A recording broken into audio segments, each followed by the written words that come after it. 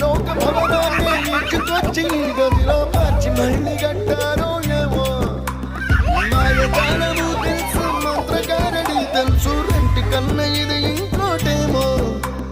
నీలాకాశం నేలాకొస్తే ఇట్టాగే ఉంటాదో ఏమో ఈ సంతోషం దాచాలంటే హృదయాలు ఓ వంద కాదా